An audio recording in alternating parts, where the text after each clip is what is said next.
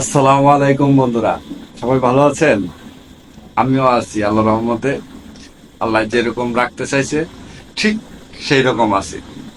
আপনারা কেমন আছেন? নিচেতে কমেন্ট বক্স আছে, সেখানে লিখবেন, ভুলেন না যেন। প্রত্যেকটা মানুষই তার নিজ নিজ একটা চিন্তা থাকে, সে কি করবে, দিনে কি করবে, রাতে কি করবে, তারপর কি খাবে, কিভাবে চলাফেরা করবে, সেই জিনিসটা। কিছু জিনিস মানুষের সেটা পূরণ হয়, আর কিছু জিনিস মানুষের কখনোই পূরণ হয় না। তার ভিতরেও মানুষকে জীবনটা চালায় নিতে হয়।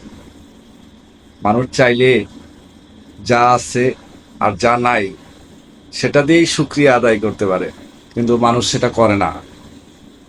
মানুষ যদি সেটা করতো তাহলে তার সবগুলা জিনিসই পূরণ হইতো, কোনোটাই বাদ থাকতো না।